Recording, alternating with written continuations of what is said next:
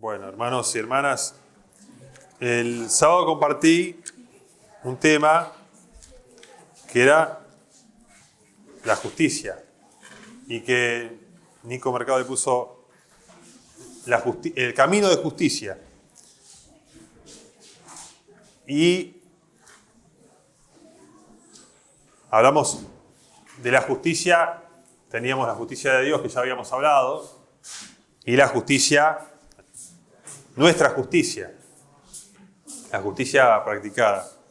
Hoy vamos a complementar un poquito lo que hablamos la última reunión, porque había otros pasajes muy también importantes con respecto a este camino de justicia y la importancia que tiene la justicia, ¿no?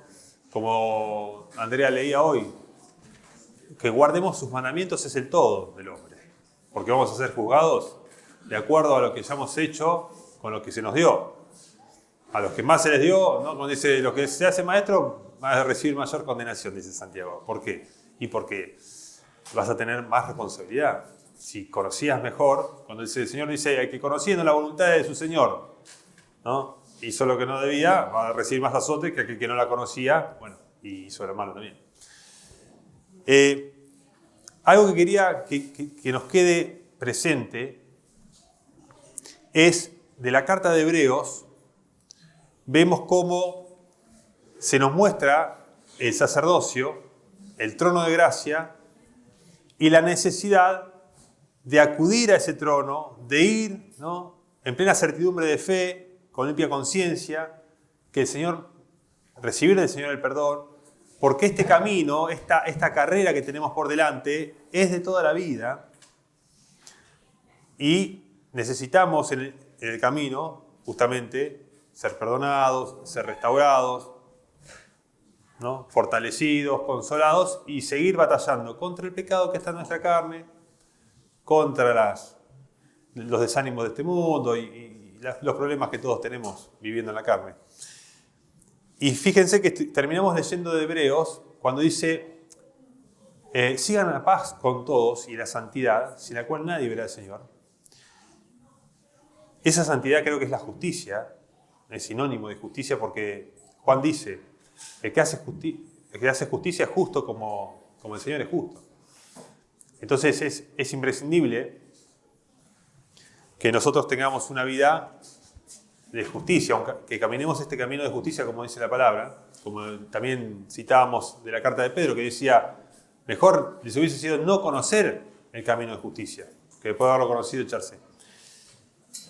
Y entonces decía: fíjense que lo cojo no se salga del camino, o sea, del camino de fe, el camino de santidad, el camino en donde estamos juntos, en donde seguimos al Señor guardando sus mandamientos. Por eso la iglesia madura, una iglesia que realmente quiere ser fiel al Señor, que queremos realmente agradarle al Señor y queremos tener comunión con Él y queremos recibir la alabanza que viene de Dios, cuando dice Pablo, es la iglesia que realmente se preocupa por hacer la voluntad del Señor y no la nuestra. Porque muchas veces el problema con las iglesias puede ser que terminan haciendo obras que Dios no pidió. Por eso también habíamos citado, ya en otra reunión, a Isaías, cuando el Señor dice: no me traigan más vana ofrenda, no me traigan más cosas que yo no pedí, ¿no? Aprendan a hacer el bien, ¿no? Ayudar al huérfano, a la viuda, ¿no?, socorrer al necesitado. Esas cosas están dentro de ese camino de justicia que el Señor nos marca y a lo que tenemos que aspirar. O sea, nuestra vida es, ¿no?, uno tiene que limpiarlo de adentro del vaso, dice primero, el Señor dice primero, límpienlo de adentro, y después todo será limpio. Necesitamos también estar aprobados nosotros, en toda nuestra manera de vivir. Fíjense que la importancia de esto, vamos a leer un pasaje de Mateo que hemos leído muchas veces, pero lo vamos a volver a leer con este con este punto de la justicia. En Mateo 5, voy a leer un poquito de 14 al 20, son esos versículos.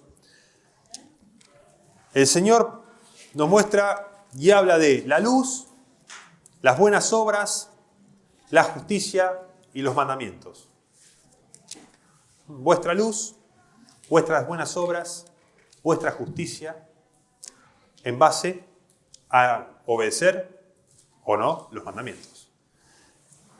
Entonces, nuestras aspiraciones como cristianos, como aquellos que tenemos esa esperanza de este reino incorruptible, inconmovible que va a venir, ¿no? Que recién decía Seba, nos tiene que llevar a esforzarnos por estas cosas, a presentarnos ante el Señor como obreros aprobados, que no tienen de qué avergonzarse, le dice Pablo a Timoteo con respecto a la enseñanza y con respecto a todas las cosas, ¿no? El que le tocó cocinar, lo tiene que hacer con amor. El que le tocó alabanza, lo tiene que hacer para el Señor, no para que le aplaudan a Él. Y así con todas las cosas. El Señor pesa los corazones y sabe con qué intenciones hacemos las cosas. Por eso condenaba tanto la hipocresía, justamente en el Sermón del Monte, donde dice, no hagan como los hipócritas que tocan trompeta en la plaza para que se vea que van a hacer algo, ¿no? Que van a dar una limosna. Sáquenme la foto, muchachos, que acá el billete en la cancilla. O sea que fíjense que la justicia tiene que ser hecha para el Señor. Aunque siempre pueden ser nuestras obras estén manchadas con nuestro pecado, ¿no? Siempre va a haber algo en nosotros que esto lo hiciste, pero también te gloriaste. Y bueno, no se preocupen. Uno tiene que practicar la justicia, aun cuando uno tenga esos defectos de vanidad y un montón de cosas que están en todos nosotros. En Mateo 5, del 14 al 20 que vamos a leer, fíjense cómo dice el Señor. Ustedes son la luz del mundo. Una ciudad asentada sobre un monte no se puede esconder. Ni se enciende una luz y se pone debajo del almud, sino sobre el candelero y alumbra a todos los que están en casa. ¿No? Es la luz y una ciudad. O sea, el Señor muestra a la iglesia, les habla a los discípulos, al grupo, no a uno solo. Nosotros, por eso, la importancia de la iglesia no es menor, ¿no? Muchas veces decimos, bueno, el Señor es obviamente quien tiene que ser dado a conocer. Pero el Señor dice, en esto conocerán que son mis discípulos. No, conocerán que vos sos mi discípulo. O sea que vos tenés hermanos y que siempre nos conocen, ¿no? Y la gente dice, tus hermanos de la iglesia, esos que te juntás. O sea, sabés que tenés una relación especial con los discípulos del Señor. Y la idea es que justamente que esa luz se vea, ¿no? Alumbre a otros, vea las buenas obras. Porque, es más, acá el Señor dice en el 15, así alumbre vuestra luz delante de los hombres, para que vean vuestras buenas obras y glorifiquen a vuestro Padre que está en los cielos. O sea que las obras, las buenas obras, las obras de justicia, son fundamentales. Estas son las obras, porque uno ve el mundo evangélico y bueno, sí, las alabanzas, ¿no? Y unos músicos y todo. Y uno pensaría, las buenas obras es venderle discos de alabanza a la gente, ofrecerle lindas alabanzas. Yo no veo, o sea, no cambiemos una cosa por otra. ¿Se entiende? La alabanza está bien, pero el Señor dice, lo que yo quiero es que practiquen la justicia, las buenas obras. Esas buenas obras que hacen bien al prójimo, ¿no? Que ayudan, que hablan la verdad, ¿eh? Que visten al desnudo con la justicia de Dios y con la ropa, que alimentan al hambriento con la palabra de Dios y con comida, con las dos cosas.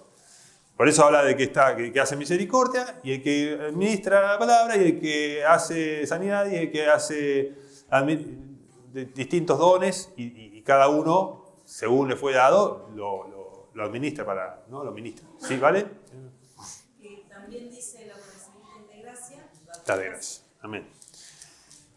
Entonces, fíjense que la iglesia es un cuerpo. Por eso dice, la iglesia es columna y baluarte de la verdad. Y Pablo le dice a Timoteo, así te escribo estas cosas para que sepas cómo conducirte en la casa de Dios. En la casa de Dios. Entonces, acá el Señor dijo, justamente, que un candelero se pone para que alumbre a todos los que están en casa, en la casa. Cada persona que entra en la iglesia, que es la casa de Dios, tiene que ver nuestra luz. Tiene que ver nuestra sinceridad, ¿no? Nuestra no hipocresía, nuestra sencillez, nuestra ayuda mutua, y que todo lo que hacemos es para glorificar, es para dar gracias y es para honrar a nuestro Señor y Salvador. Entonces, seguimos leyendo, porque acá el Señor nos muestra lo que espera de nosotros, de cada uno de nosotros. Dice, no piensen que he venido para abrogar la ley o los profetas. No he venido para abrogar, sino para cumplir. O sea, no vino para dejarlo sin efecto, sino para cumplirlo. Porque de cierto les digo que hasta que pasen el cielo y la tierra, ni una jota ni una tilde pasará de la ley hasta que todo se haya cumplido.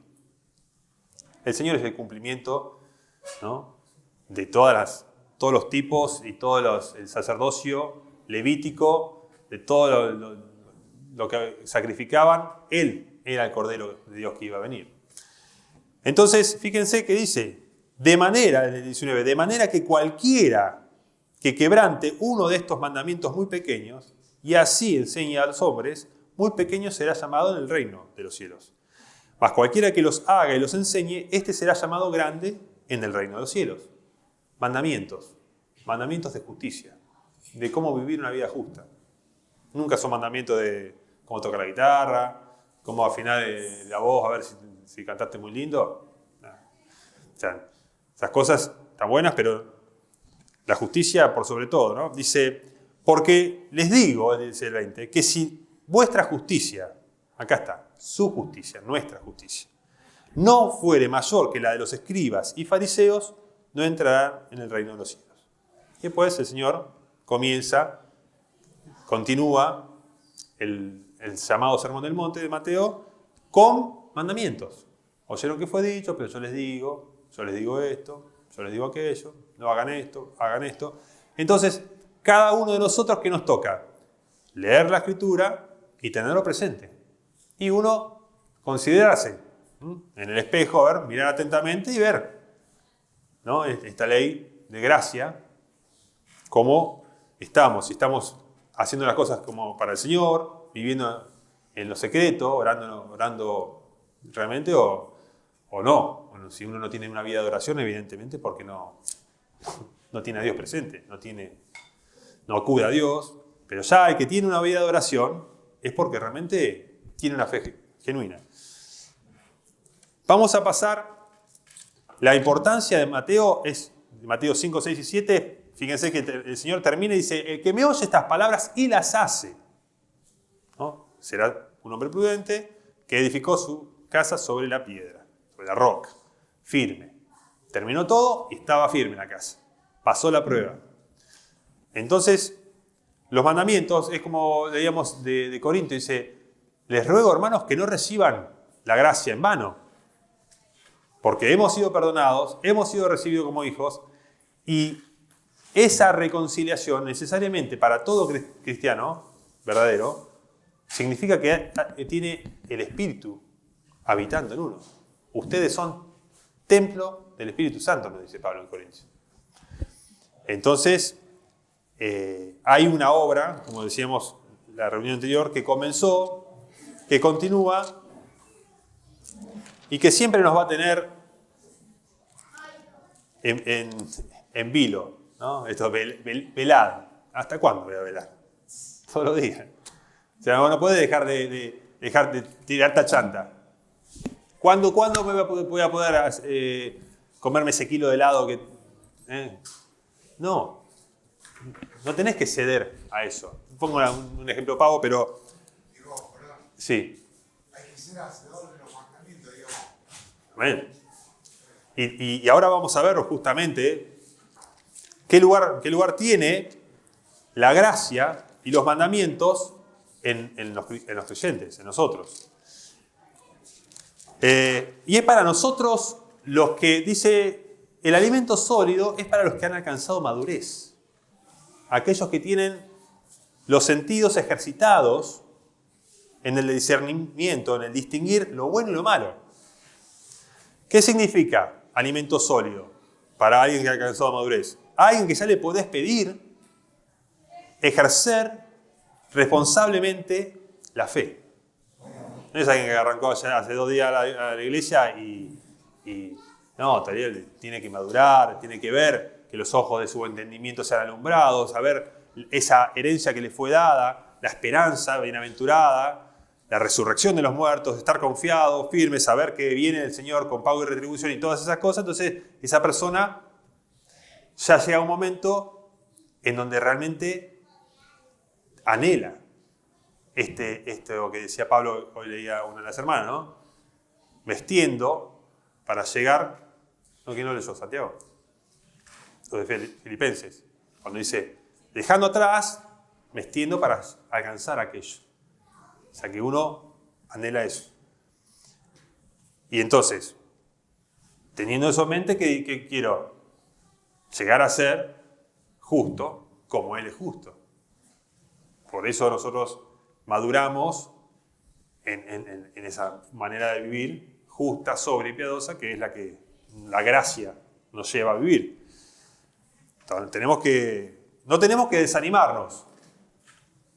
Por eso esto es un mensaje que se vuelve a dar y uno lo tiene presente y seguimos firmes. Y dice, en el amor, dice, abunden más y más en el amor. Y el amor es sinónimo de justicia, es sinónimo de perdón, es sinónimo de misericordia, engloba todo. En Romanos 6, justamente Pablo trata este tema de que, bueno, vino la gracia, fuimos perdonados, ya no estamos bajo la ley, bueno, y ahora, ¿qué dice entonces? Lo voy leyendo, ¿no? 6.1 dice, ¿qué diremos, pues? ¿Perseveraremos en el pecado para que abunde la gracia? No, de ninguna manera. Porque los que hemos muerto al pecado, ¿cómo viviremos aún en él? Entender que el pecado era aquello que me estropeaba la vida. El pecado es lo que te hace daño. O sea, si vos, el otro día lo decía Sebastián, cualquier placer, ¿no?, que uno se entrega sin medida, termina destruyendo. Por eso, no es que es para nuestro, no, me estás, yo me quería divertir, me estás aguando la fiesta. No, es llevarte a un nivel de madurez en donde justamente, después de haber sido disciplinado, aunque parezca al principio que te entristece, después da frutos apacibles de justicia. Entonces ahí está la cuestión. Muchos pecados son las cosas pequeñas que están ahí, que te estorban, que te quitan el gozo. Entonces dice, ¿o no saben que todos los que hemos sido bautizados en Cristo Jesús hemos sido bautizados en su muerte? Porque somos sepultados juntamente con Él para muerte por el bautismo, a fin de que como Cristo resucitó de los muertos por la gloria del Padre, así también nosotros andemos en vida nueva. Acá está lo que decíamos el otro día, ¿no? Si alguno está en Cristo, es una nueva criatura. Las cosas viejas pasaron y todas son hechas nuevas. Y el llamado es a vivir una nueva vida. La vida, ¿no?, que está hecha conforme a la santidad y justicia de la verdad, que dice Pablo también en un momento. Entonces, esta nueva vida es la que nos interesa a nosotros como discípulos del Señor. ¿Cómo vivirla? Sigue diciendo Pablo, porque si fuimos plantados juntamente con Él, con el Señor, en la semejanza de su muerte, así también lo seremos en la de su resurrección. Sabiendo esto, que nuestro viejo hombre fue crucificado juntamente con Él, para que el cuerpo del pecado sea destruido, a fin de que no sirvamos más al pecado. Y el pecado sigue estando. Pero dice, a fin de que no sirvamos más al pecado. que no seamos dominados, ¿no? Porque uno es esclavo, es siervo de alguien, ¿no? Que va y hace lo mismo. Lo desactivó. El hombre viejo fue crucificado, significa poder morir con Cristo. Cuando Pablo dice, ya no vivo yo, más Cristo vive en mí, ¿cómo logra Pablo morir a su antiguo hombre? Cuando dice, todas las cosas que eran para mí ganancia, las estimo por basura. Ya no me importa más ni los fariseos, ni el Sanedrín, ni que me llamen apóstol, ni nada. Lo único que quiero es predicar al Señor y hacer mi obra. Entonces él, justamente, ya no servía más al ego, ¿no? A esa cuestión religiosa que puede decir, yo voy a ser bueno, ¿no? Yo voy a ser justo. Nosotros hemos muerto, hemos sido plantados en su muerte. Por eso el cristiano genuino no tiene ego, en el sentido de se humilla ante Dios. Da totalmente la gloria al Señor Jesucristo, el único justo y el único santo que fue hecho justicia de Dios para nosotros. Lo hizo pecado. Entonces, en eso está nuestro nuevo nacimiento, que no se basa en la carne, sino en el Espíritu. Nosotros no somos de los que servimos a la carne, nosotros no nos gloriamos en la carne, ni tenemos confianza en la carne, dice Pablo, en lo que logremos, ¿no? Sino en el corazón, en decir, Señor, ya nos lavó, ya nos salvó. Lo que ahora somos es de Él. Por eso hablábamos de una reconciliación. ¿Estás reconciliado con Dios? Ahora realmente apreciás la voz del Señor, sus mandamientos. Que te diga, cuando dice el Salmo, sobre ti fijaré mis ojos y te diré por dónde debes andar. No sean, el otro día también leíamos otro pasaje donde dice, no sean como el mulo, ¿no? Que tienen que poner, que no se dejan llevar. Nosotros no somos bestias, somos personas que hemos entrado en razón. Entonces sigue Pablo diciendo, porque el que ha muerto ha sido justificado del pecado. Y si morimos con Cristo, creemos que también viviremos con Él. Sabiendo que Cristo, habiendo resucitado de los muertos, ya no muere. La muerte no se enseñorea más de Él. Porque en cuanto murió, al pecado murió una vez por todas, mas en cuanto vive, vive para Dios. Así también nosotros considerémonos muertos al pecado, pero vivos para Dios en Cristo Jesús, Señor nuestro. No reine, pues, el pecado en vuestro cuerpo mortal, de modo que lo obedezcan en sus concupiscencias. Pablo lo dice en otro lugar, ¿no? ¿Cuáles son los frutos de la carne? Fornicación, borrachera, ¿no? Hurto, codicia, todo lo que... El combo, bueno, ya sabemos. No podés, eso no te puede vencer. El dominio propio, el amor, ¿no? El espíritu de amor, poder y dominio propio, ¿qué te dice? El pecado no se va a enseñorear de vos. Vos vas a vencer. Vas a batallar. Cuantas veces sea necesario. Nunca, no, 7 veces cae el justo y se vuelve a levantar. Si se cae 7 veces y se vuelve a levantar, se seguirá levantando todas las veces que sea necesaria. El engaño del pecado es quererte decir que ya es tarde, que ya está, que no va más. ¿No? Y eso no, porque yo ya considérense muertos. Al pecado significa, no, el pecado ya está solucionado, el problema. No, porque tengo pecado, obviamente el pecado que decía, no podés entrar al lugar santísimo. ¿Podía el sumo sacerdote, si tenía pecado, entrar al lugar santísimo?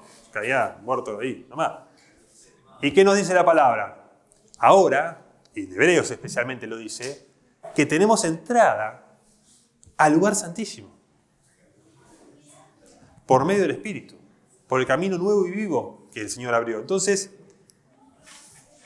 ya el tema de que si pequé, porque si hoy me equivoqué en esto, hice mal esto, me saltaron 5 puteadas, vos pedís perdón y seguí adelante. Seguí buscando la justicia. Seguí buscando amar a tu hermano. Seguí buscando hacer el bien. Ese es el camino de justicia. Si retrocedieres, no agradará. Entonces nosotros somos los que vamos adelante. A la perfección, ¿no? Como dice Pablo. Sigamos. Entonces, acá justamente el 13 dice, ni tampoco presenten vuestros miembros al pecado como instrumentos de iniquidad, sino preséntense ustedes mismos a Dios como vivos de entre los muertos y vuestros miembros a Dios como instrumentos de justicia. Acá está de vuelta la justicia.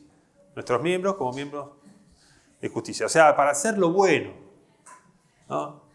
Si hay que hacer, bueno, vamos a hacer la obra de cocinar, bueno, nuestros miembros para, ¿no?, hacer la preparación de la comida, para arreglar el salón, la cocina. Todo, ¿no?, uno presenta a los miembros para hacer algo bueno.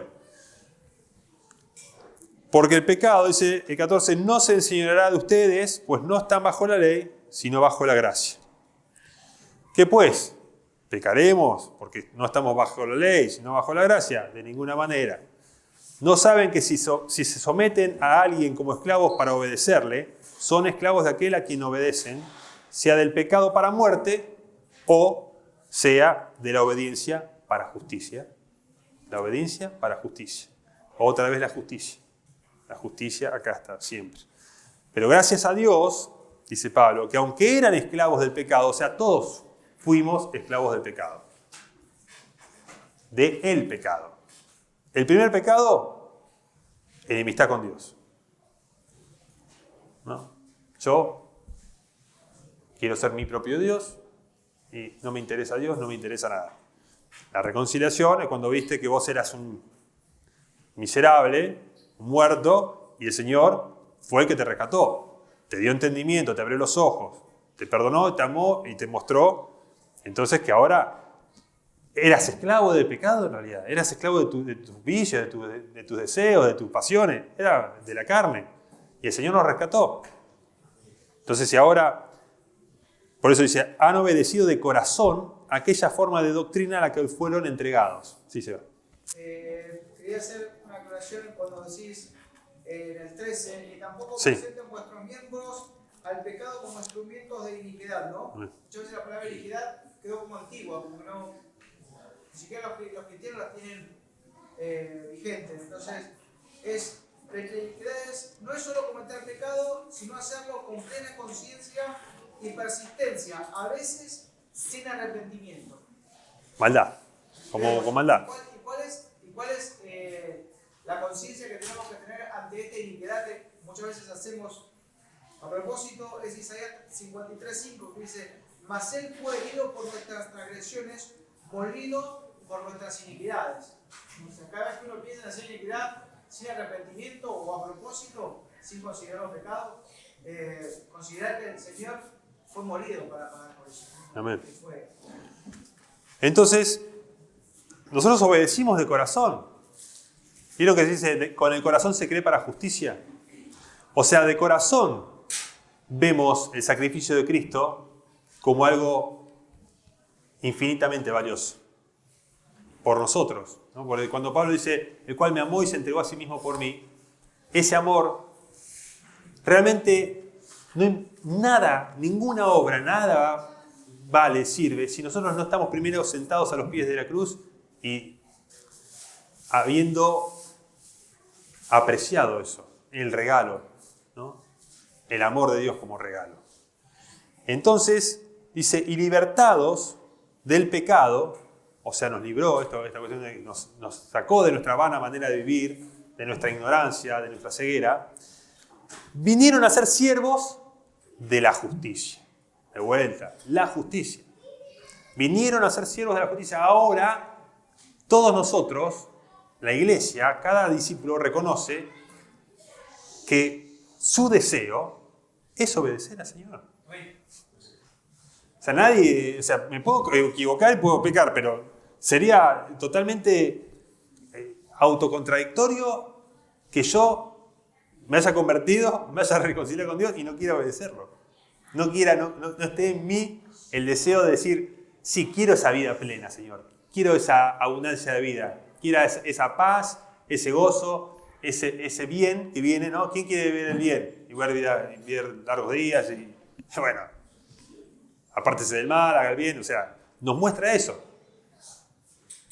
Y es en la iglesia el mejor lugar, porque la iglesia reconoce que en el mundo hay un montón del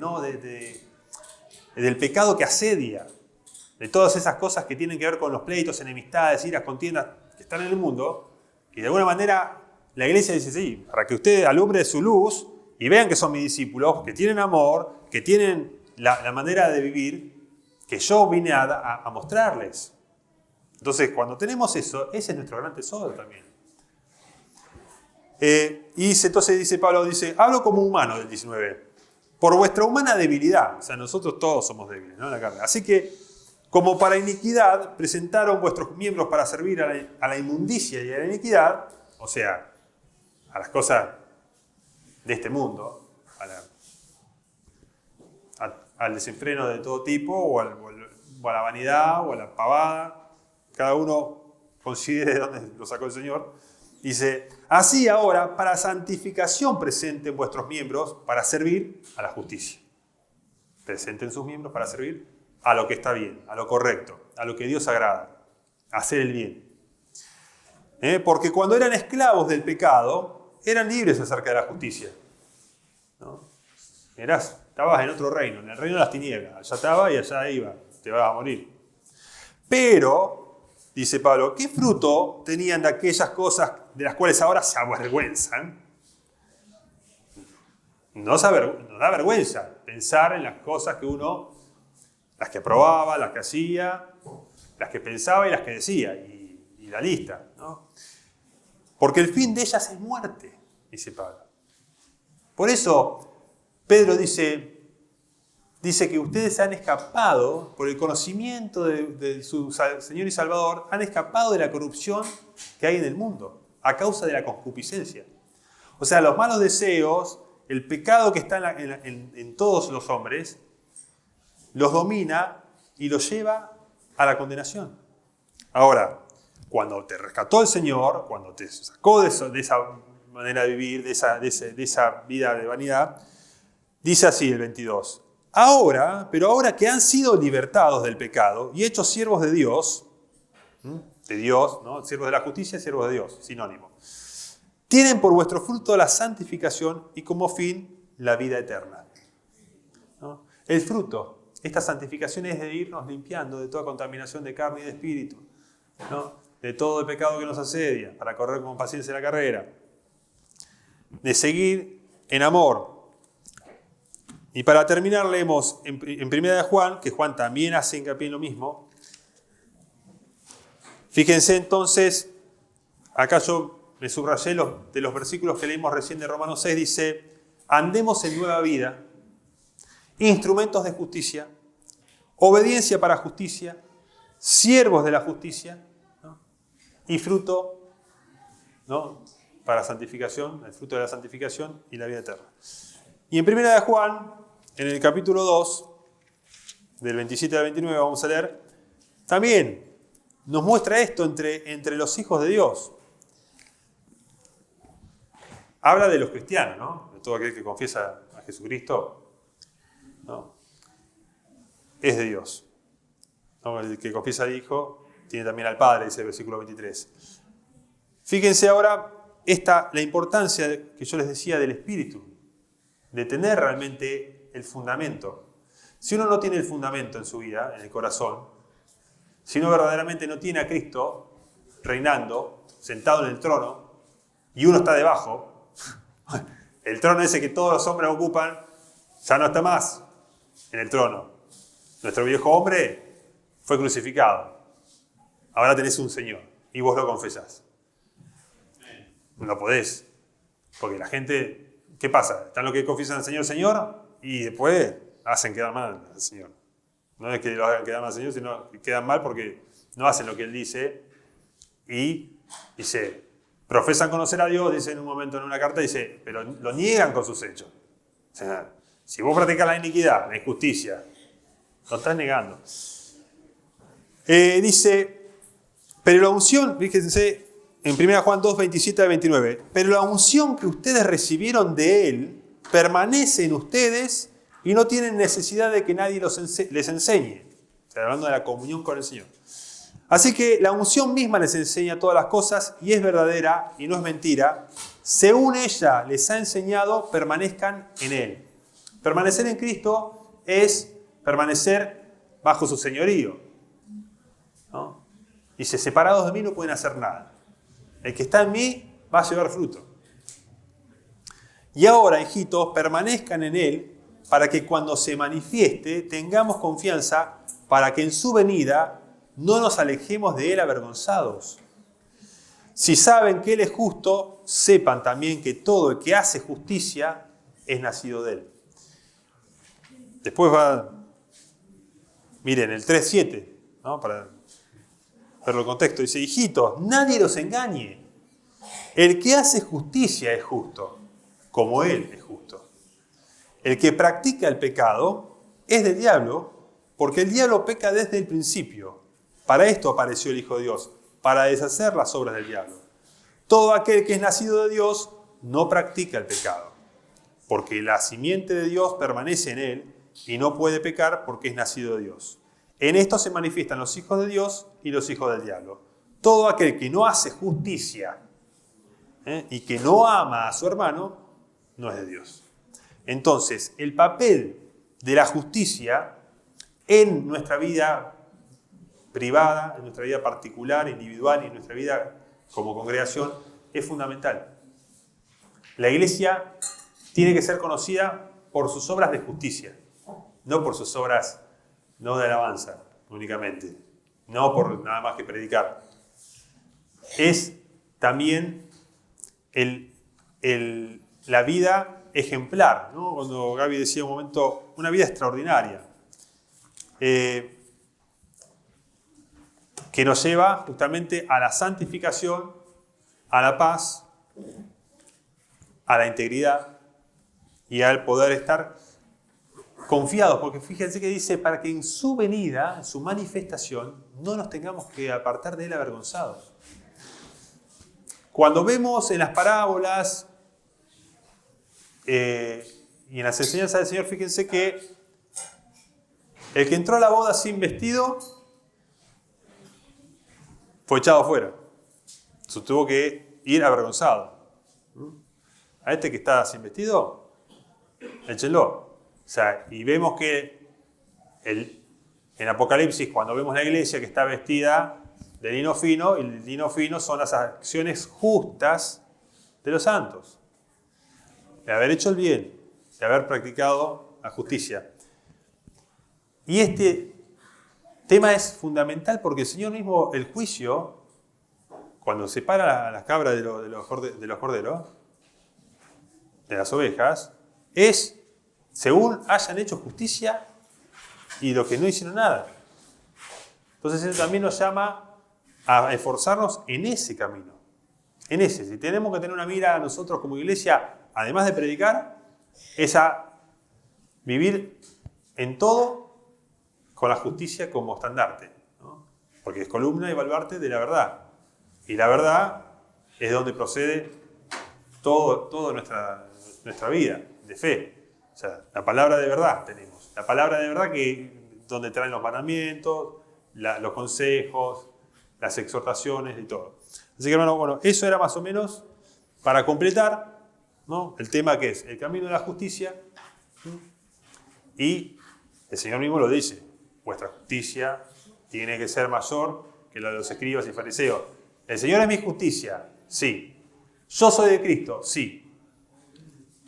¿Permanezco en Cristo? Sí. ¿Cómo permanezco en Él? El que ama a su hermano y hace justicia, Dios permanece en Él y Él en Dios. Eso enseña Juan. Entonces, dice, no hay ninguna condenación para todo aquel que está en Cristo. En Cristo estoy cuando yo me esfuerzo por seguir adelante, tratando, ¿no? Estirándome para aquello por lo cual fui tomado por el Señor. Entonces, sigamos ese camino hasta el fin y, obviamente, entre nosotros, el tener hermanos que nos alientan a las buenas obras, que nos llaman a orar buenas cosas, es lo mejor que podemos tener, ¿no? Asociándonos con los humildes, y entre todos tener herencia juntos. Dios lo bendiga, hermano. Amén.